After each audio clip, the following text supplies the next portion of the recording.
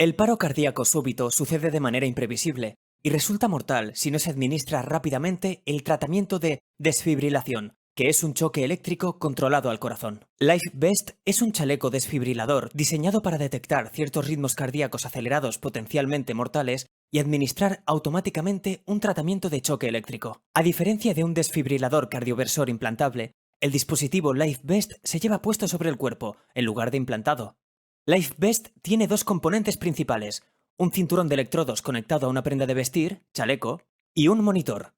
El chaleco se lleva puesto debajo de la ropa en contacto directo con la piel. El cinturón de electrodos conectado detecta las posibles arritmias y está diseñado para administrar un tratamiento desfibrilador de choque eléctrico al corazón en caso de ser necesario. El monitor se lleva puesto alrededor de la cintura o colgando de una correa sobre el hombro. Monitoriza el corazón, registra las arritmias y determina automáticamente cuándo es necesario un tratamiento.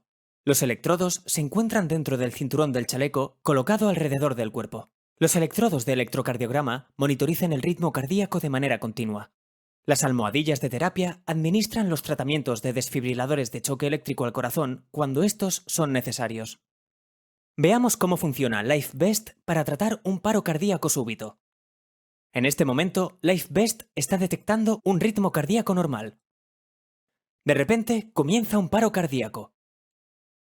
El ritmo cardíaco se vuelve muy acelerado, lo que no es normal, y se llama taquicardia ventricular. En cuestión de segundos, el paciente puede marearse y perder el conocimiento.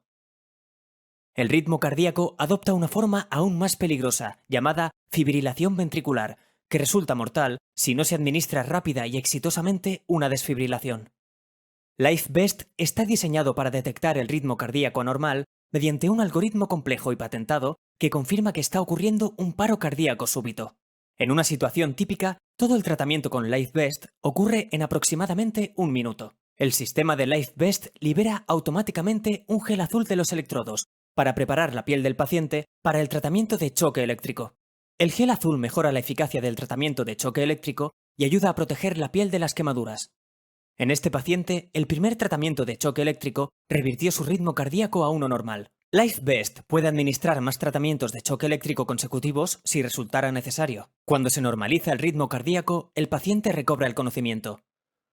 Tal y como lo enseñaron durante la formación del LifeVest, el paciente debe seguir usándolo y acudir inmediatamente a un servicio de urgencias o llamar al 112 e informar de lo sucedido. En resumen, el sistema de LifeVest es un chaleco desfibrilador diseñado para monitorizar el ritmo cardíaco de manera continua, detectar rápidamente un paro cardíaco súbito y responder con una desfibrilación para que el corazón recupere su ritmo normal.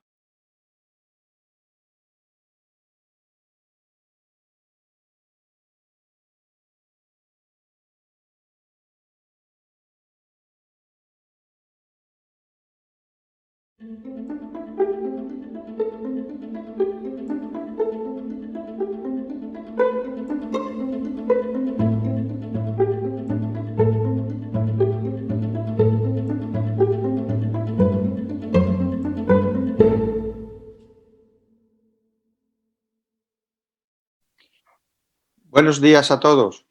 Es un gusto poder contactar con todos vosotros en la tradicional reunión anual de los grupos de trasplante cardíaco, aunque sea de esta manera un año más tampoco natural, como es por vía del Zoom, ¿no?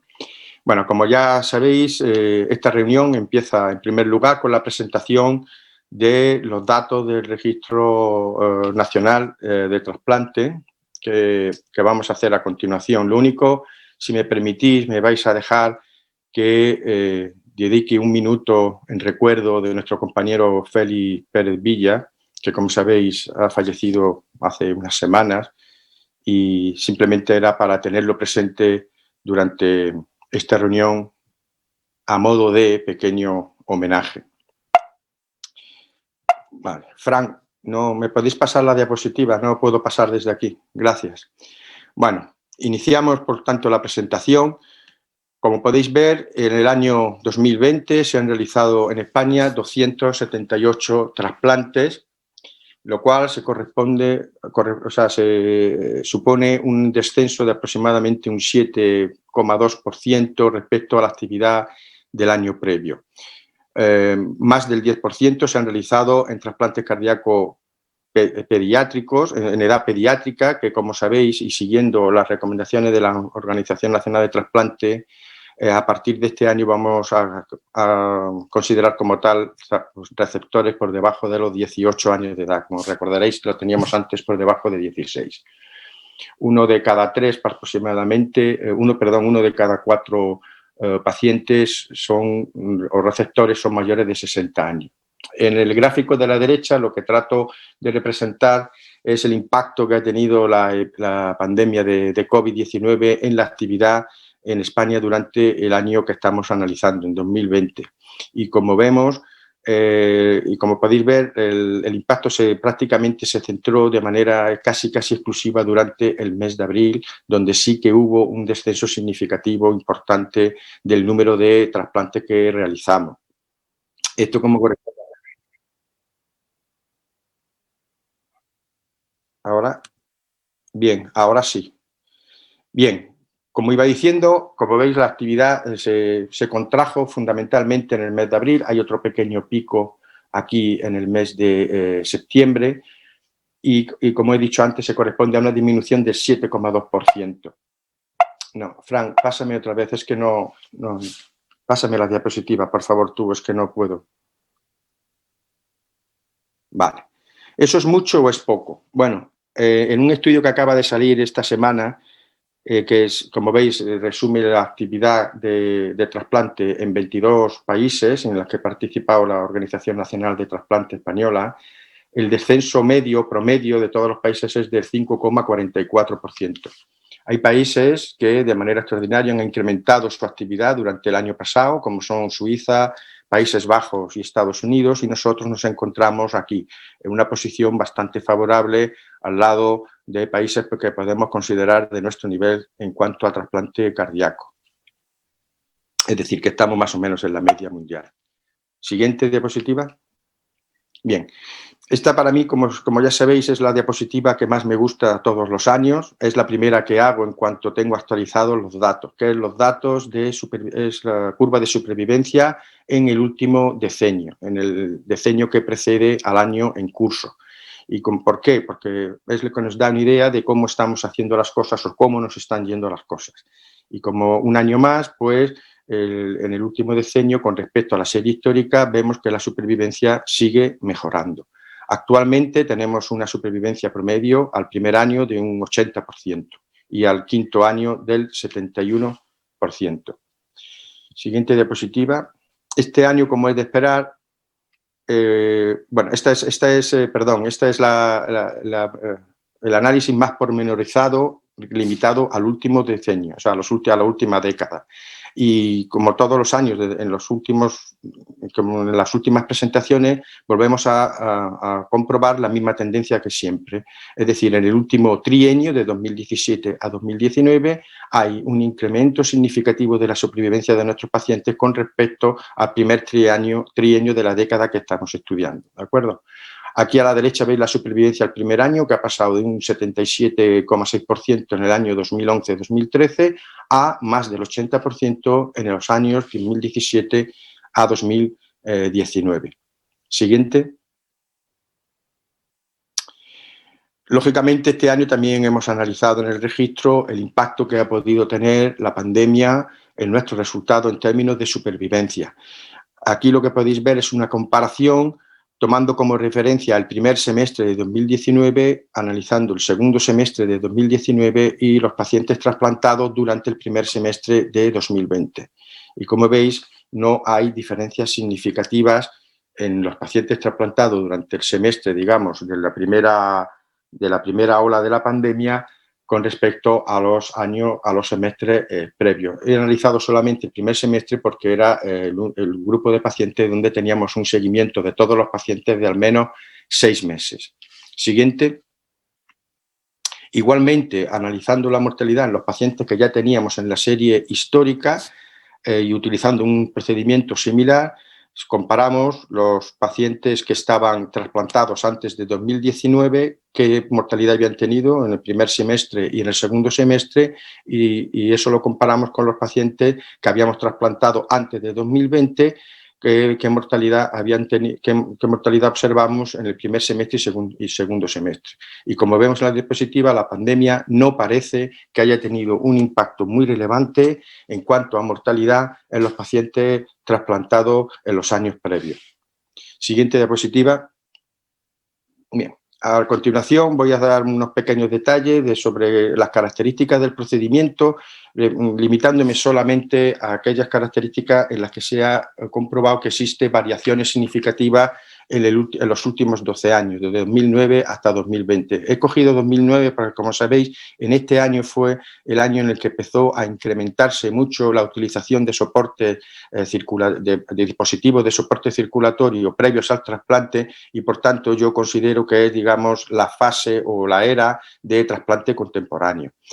Ha variado el porcentaje de trasplante urgente, que consiguió un pico en el año 2016, en el que realizamos el 50% de los procedimientos en código de urgencia, y a partir de 2017 lo que se ve es una tendencia a la disminución. Yo creo que esto tiene que ver claramente con el cambio de los requisitos para codificación en código urgente que tuvo lugar en junio de 2017. Actualmente, del 50,2% de 2016 hemos pasado a un 38% de trasplantes urgentes en el último año. Siguiente. También ha sido muy aparente o muy significativa la evolución que ha habido en el uso de los distintos dispositivos de asistencia circulatoria. Como veis, los trasplantes urgentes al principio de este periodo los hacíamos, la mayoría de ellos, con soporte con balón de contrapulsación, y a partir de 2017, como cambiamos ya los criterios de inclusión en lista urgente, pues lógicamente el balón prácticamente pues, ha desaparecido.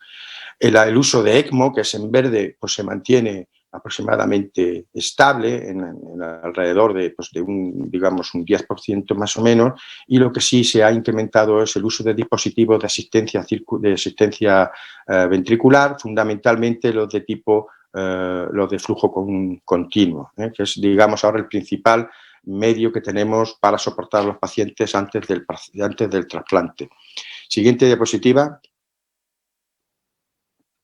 Bien, en relación con esto, seguramente pues también el incremento de los pacientes que presentan esternotomía previa, es decir, cirugía con circulación extracorpórea, que actualmente pues en el año 2020 ha sido del 32%, habiendo llegado en los años previos casi al 40%. Siguiente diapositiva. Bien. Edad del donante, esta diapositiva se repite año tras año. Todos somos conscientes que estamos aumentando de manera importante la edad de los donantes, aunque, como veis, a partir del año 2017-2018 parece percibirse una muy discreta tendencia a la disminución en la edad de nuestros donantes. Esto se debe sobre todo al incremento de los donantes con edad mayor de 45 años, que tradicionalmente es el límite que usamos para definir donantes añosos o donantes subóptimos. Pero a partir de este año también incluyo en la diapositiva, como veis, la utilización de donantes por encima de los 50 años de edad, porque, como veis, es un porcentaje muy significativo. Más de un tercio de nuestros donantes tienen más de 50 años de edad, y eso en el 2009 era solamente del 17%, es decir, no llegaba ni siquiera a 1 cada 6 donantes. Siguiente.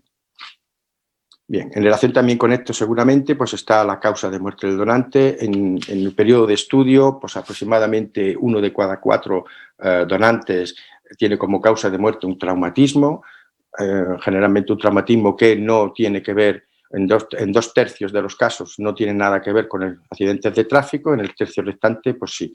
Y el resto es a causa de muerte, pues otras, que es una miscelánea y sobre todo cerebrovascular. Y dentro de ellas, la mayoría de ellas son hemorragias cerebrales, siendo los ictus y la anoxia cerebral un porcentaje menor. Adelante, siguiente. Bien. Y esta diapositiva, que también se repite año tras año, que es que da cuenta de que cada vez, digamos, estamos arriesgando, vamos a decir así, un poco más en la aceptación de nuestros donantes, es el aumento del porcentaje de donantes que han tenido paro cardíaco previamente a la donación. En la actualidad el promedio para toda la fase de todo el periodo de estudio es del 13% y el año pasado alcanzamos un máximo del 18%, es decir, 1 de cada 6 de nuestros donantes ha tenido una parada cardíaca antes de la donación. Siguiente. Y el tiempo de isquemia también lo estamos mejorando. Esto yo creo que también tiene gran repercusión en lo que hemos visto en la mejoría de nuestros resultados. Yo estoy convencido porque el tiempo de isquemia es un factor pronóstico muy importante. Lo hemos reducido en el periodo de estudio desde 210 minutos de promedio en el año 2009 a 190 minutos de 2020. Es decir, hemos disminuido un 10% este tiempo de isquemia. Y eso lo hemos hecho fundamentalmente a base de la disminución de tiempos de isquemia muy prolongados, es decir, de más de 240 minutos. En el año 2020, un 20% de nuestros procedimientos han tenido este grado de isquemia tan prolongado, cuando en el 2009 pues era de un 30%. Siguiente diapositiva. Bien, esto en cuanto a los resultados del registro. Como sabéis, a mí siempre me gusta hacer en todas las presentaciones algún tipo de incursión en algún aspecto relevante del que yo creo relevante del registro. Pues a unos años hemos dedicado a analizar los valores perdidos, los determinantes, qué hospitales tenían más y menos valores perdidos, etc. Y este año me ha parecido muy oportuno analizar un poquito la actividad esta que iniciamos en 2015 del benchmarking o evaluación comparativa. Si hay alguien en la audiencia que no esté muy familiarizado con esto, los aclararé que todos los años el registro prepara para cada centro una comparación de su resultado, de su curva de supervivencia con respecto al resto del registro. Hemos intentado durante todo este tiempo mejorar esta comparación. Como veis, incluso hemos mejorado hasta la calidad de los gráficos de supervivencia, yo creo que es evidente. Y esto es una actividad que desde el principio tuvo mucha aceptación por parte de todos los grupos de trasplante cardíaco en España. Como digo, hemos intentado mejorar constantemente el análisis, sobre todo porque muchos grupos, pues digamos, nos han hecho ver que es un poco, digamos, injusto, entre comillas, comparar resultados sin tener en cuenta las características del trasplante en cada centro. Bien, esto en otros años hemos intentado ajustarlo con un análisis multivariante, pues ya sabéis, la típica regresión de Cox multivariante, intentando un poco hacer frente a esta situación. Pero este año, otra próxima diapositiva, este año hemos intentado hacer otra aproximación porque yo creo que es más útil a la hora digamos, de ajustar los resultados para cada centro y porque es más clínicamente informativa. Y esto lo hemos hecho a través de un tipo de análisis que se llama análisis de clases latentes. Esto, que suena así digamos, tan raro, o por lo menos, digamos, tan poco, algo con lo que estamos muy poco familiarizados, no es más que una técnica de reducción de datos que lo que pretende es identificar grupos de pacientes, lo que se llama en la literatura inglesa clusters, que tienen características comunes y dentro de una cohorte heterogénea y amplia como es la que tenemos nosotros, que ya tenemos, como habéis visto en la primera diapositiva, más de 9.000 pacientes en nuestra base de datos, ¿no? Con este tipo de análisis, que ahora analizaremos un poco más pormenorizadamente, cada centro puede conocer la estructura de su población, la estructura de riesgo, y por otra parte, si las clases tienen significación pronóstica, es decir, que estos grupos tienen diferentes tasas de supervivencia, cada centro puede conocer su perfil de riesgo. Y a su vez, esto nos sirve también para ajustar, digamos, los resultados de cada centro a su perfil de riesgo y comparar con el perfil de riesgo del registro global con el resto de los centros, ¿vale? Bien, este tipo de análisis lo hemos realizado en pacientes adultos con edad mayor o igual de 18 años, solamente utilizando un primer trasplante cardíaco aislado y que se haya realizado en los últimos 12 años. Como sabéis, como ya os he dicho, porque yo considero que a partir del 2009 entramos en la fase de trasplante cardíaco contemporáneo con el uso de manera importante de los dispositivos de asistencia circulatoria. He decidido que solamente íbamos a utilizar variables del receptor para hacer este tipo de análisis. Como veis aquí, hemos elegido 9 variables demográficas, lógicamente, edad y sexo del receptor, variables que nos dan una idea de la comorbilidad de nuestro paciente, pues son aquellos pacientes que tienen etiología isquémica como de base en su cardiopatía, la presencia de diabetes, la presencia de disfunción renal, filtrado glomerulares menores de 60 mililitros minuto, o pacientes que tienen esternotomía previa. Y luego la situación variable que tiene que ver con la situación específica previamente al trasplante, como es la necesidad de uso de ventilación mecánica, la presencia de infección reciente o la presencia de hiperbilirubinemia, que sería, digamos, una variable que nos daría una estimación del estado de congestión o del estado, digamos, de fusión tisular general. Como sabéis, no tenemos lactato en el registro, en la base de datos, con lo cual, bueno, esta variable puede ser digamos, un subrogado que nos puede dar una idea de esa situación de perfusión orgánica en el momento del trasplante. ¿Por qué he elegido solamente variables del receptor? Pues primero porque son las que más exhaustivamente están recogidas en nuestra base de datos, y segundo porque desde el punto de vista clínico son, digamos, las que más podemos controlar, mientras que las características del donante pues nos vienen hasta cierto punto impuestas por los donantes que haya disponibles en el momento que vamos a realizar el trasplante, o, por ejemplo, las características quirúrgicas de tiempo de isquemia, técnica usada, pues muchas veces no depende de nosotros, sino que depende de los cirujanos, del sistema, etcétera, etcétera. Esto era un procedimiento un poco arriesgado, porque no sabíamos a priori si esto iba a resultar en una caracterización de los pacientes idónea desde el punto de vista pronóstico, que es lo que nosotros íbamos buscando. Siguiente diapositiva. Bueno, pues como vemos, este tipo de análisis nos ha identificado en nuestra base de datos 3 grupos fundamentales.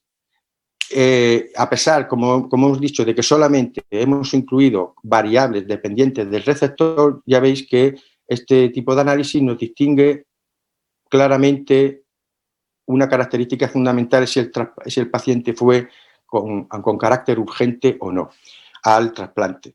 La mayoría de los pacientes de la clase 3 fueron pacientes que fueron a trasplante con carácter de urgencia. El carácter de urgente está mucho menos representado en la clase 2, que es con mucho la más frecuente. La mitad de los pacientes pertenecen a la clase 2 y aproximadamente un cuarto de los pacientes pertenecen a la clase 1. Bien, ¿y qué es la clase 1, clase 2 y clase 3? Siguiente diapositiva. Esto es. Bueno, pues aquí tratamos de expresarlo. Esto es un gráfico que expresa las diferencias en las 9 variables del receptor que nosotros consideramos. Bien, la clase 3, que es la verde, como veis, es la de trasplante urgente, y básicamente se diferencia de las demás en que tienen pacientes con más frecuentemente esternotomía previa y con peor situación previamente al trasplante, medida por mayor tasa de hiperbilirubinemia, más utilización de ventilación asistida y más presencia o más incidencia de infección previamente al trasplante. La clase 2, en rojo, que es la más frecuente, se corresponde a pacientes promedio, digamos, del trasplante cardíaco electivo, con edad pues, relativamente avanzada de receptor, próxima a los 60 años, que con un 20% de mujeres y con miocardiopatía isquémica. Y lo que más diferencia a esta clase de las demás es que presentan una tasa de comorbilidades mayor tasa de miocardiopatía isquémica como patología de base, mayor tasa de diabetes y mayor tasa de disfunción renal. Sin embargo, la situación previa al trasplante no es tan delicada como en los pacientes de la clase 3. Y por último tenemos la clase 1, que es la más privilegiada en el sentido que se corresponde con pacientes con menor edad media, más jóvenes, con mayor representación de mujeres en cuanto al sexo del receptor y con un, digamos, perfil tanto de comorbilidad como de situación previa al trasplante muchísimo más favorable. Siguiente diapositiva. Bien. Como vemos, es decir, utilizando solamente esas 9 variables, obtenemos una caracterización de las clases que es altamente significativa. Es decir, que las clases son claramente diferentes. Clase 3, pacientes en trasplante urgente. Clase 2, que son pacientes prototipo de nuestra actividad electiva, pacientes, digamos, receptores relativamente añosos, con comorbilidades, y se trasplantan fundamentalmente, como digo, en terapia, o sea, en código electivo. Y luego la clase 1, que son los pacientes jóvenes, más mujeres, con etiologías diferentes a la isquémica, a la dilatada, etcétera.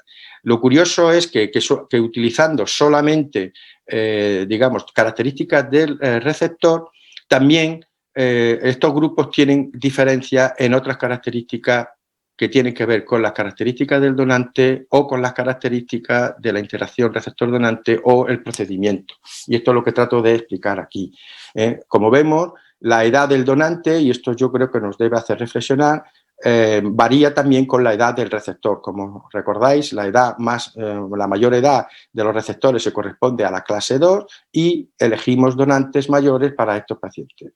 En los pacientes de la clase 1, que son más jóvenes, pues reciben corazones de donantes más jóvenes, y luego pacientes que se trasplantan con carácter urgente, también tendemos a coger corazones más jóvenes. Es decir, que seleccionamos los donantes, o esto parece indicar, o por lo menos así lo interpreto yo, que seleccionamos pacientes seleccionamos las características de los pacientes, de los donantes, de acuerdo con las características de nuestros receptores.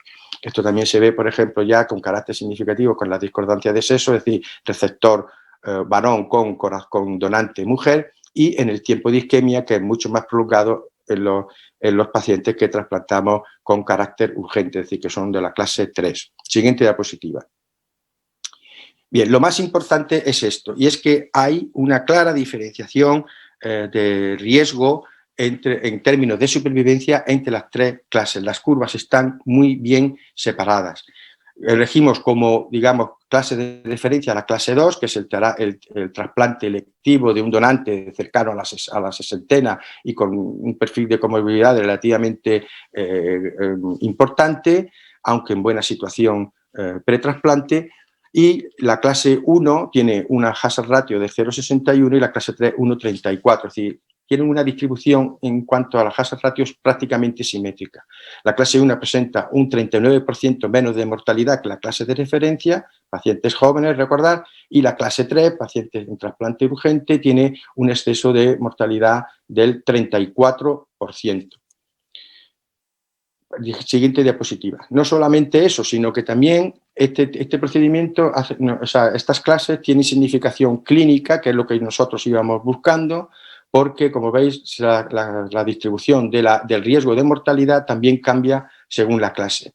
Lógicamente, la mortalidad precoz en el primer año es mucho mayor en el grupo que se trasplantamos urgentemente, es prácticamente la mitad en el grupo de trasplante electivo y es prácticamente un tercio en los pacientes que pertenecen a la clase 1, que son los pacientes más jóvenes. Y luego, esto también hay diferencias en lo que es la mortalidad a largo plazo en los años subsiguientes. Lógicamente, hay un aumento, hay una fase de estabilización después del primer año en cuanto a la tasa de mortalidad, pero esta empieza a aumentar a partir de 4 años. Bruscamente, en los pacientes de clase 2, que yo creo que tiene que ver con la existencia de las comorbilidades, de mayor grado de comorbilidades. Y en los pacientes trasplantados de manera urgente, clase 3, ese incremento de la tasa de mortalidad es un poco más tardía, a partir del 6º año de trasplante. Aunque luego, como veis, en ambos grupos hay digamos, un nuevo incremento en la tasa de mortalidad a partir del 8º, 9º año. En el grupo 1, en la clase 1, el exceso de mortalidad del primer año luego se mantiene muy estable, incluso con tendencia ligera a disminuir en los años subsiguientes del trasplante, del seguimiento. Siguiente, por favor, ya estamos acabando. Siguiente. Bien, vale. Hemos hecho un score, o sea, a la clase 2, es decir, la clase de referencia le hemos dado 0 puntos, a la clase 3 trasplante urgente de alto riesgo le hemos dado 1 punto y a la clase 1, que es trasplante joven selectivo y con poca comorbilidad, le hemos dado -1. Y este índice de riesgo que hemos llamado oscila sus valores entre -1, que sería el riesgo más favorable, es decir, lo que menos riesgo tiene, a +1, que sería el riesgo mayor, el más extremo. Lo he hecho así fundamentalmente para, digamos, hacer parecer este riesgo a lo que sería el coeficiente de correlación. Y como vemos, hay una gran heterogeneidad en los distintos grupos de trasplante cardíaco en España con respecto al riesgo que asumen en sus programas. Hay centros, como veis en rojo, que tienen un perfil de riesgo muy favorable. En gris, los centros, digamos, promedio, que tienen un índice de riesgo inferior a la media de todo el trasplante, que es 0,11. Y luego, digamos, programas más aguerridos que asumen un alto riesgo en su actividad trasplantadora. Mucha heterogeneidad entre los centros. Siguiente diapositiva.